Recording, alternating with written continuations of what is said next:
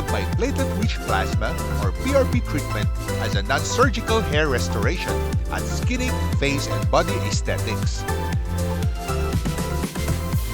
Located at the second level of the Vantage in Kapitolyo, number 50 West Capitol Drive, corner United Street in Pasig City. So tara! Join me in my PRP hair treatment at Skinic Face Body Aesthetic. Tuki ka!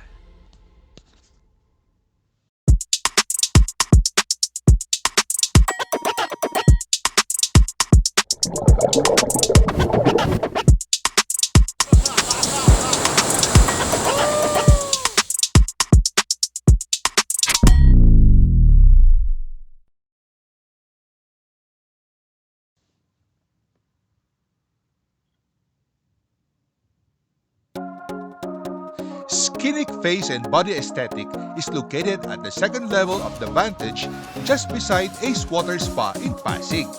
They are open daily from 11 a.m. to 8 p.m. except Mondays.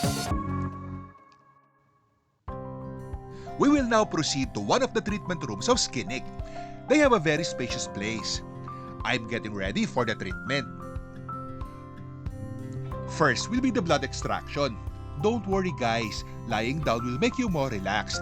Disinfecting the skin before blood extraction is crucial to prevent introducing bacteria or other microorganisms into the bloodstream. For a PRP platelet-rich plasma hair treatment, a small amount of blood typically drawn is between 10 to 60 milliliters. Dr. Jackie Chan was so careful during the extraction that I didn't feel that much.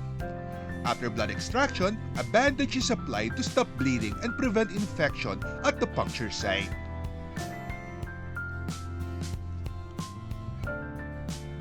The extracted blood is placed in test tubes. The PRP separation is done in centrifuge. The centrifuge separates the blood into layers: the platelet-poor plasma, platelet-rich plasma, and red blood cells. The first spin is at 2,400 RPM for 10 minutes. With this spin, we separate the erythrocytes from platelet-poor plasma.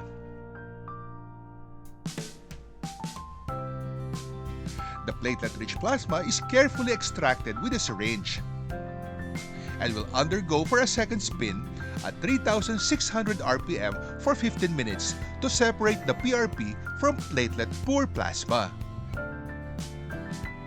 The platelet-rich plasma layer is extracted and prepared for injection. Again, they are disinfecting my scalp to make sure it is clean and to prevent the bacteria from entering the bloodstream. The doctor will now administer the PRP into the scalp by using the gun-type equipment or the mesotherapy injection gun to stimulate hair follicles and promote hair growth.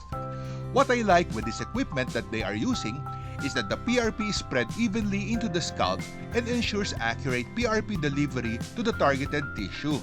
The use of this injection gun is that it speeds up the procedure. The procedure is very relaxing. I can barely fall asleep. I don't feel any pain while the PRP is being injected. A series of 3 to 4 sessions spaced a few weeks apart is recommended for initial results. The number of sessions needed can vary based on the individual's hair loss condition and the desired outcome. The rest of the PRP is spread on my scalp and will have to leave it on until tomorrow. Then I was given an eye protector prior to the light hair stimulator. This red light therapy is a complementary treatment that can enhance PRP results by stimulating hair follicles and improving circulation. And after a few minutes, I'm ready to go. So tapos na yung PRP treatment ko for my hair. Kung mapapansin ninyo, yung aking buhok parang naka-brush up, medyo tumigas na rin.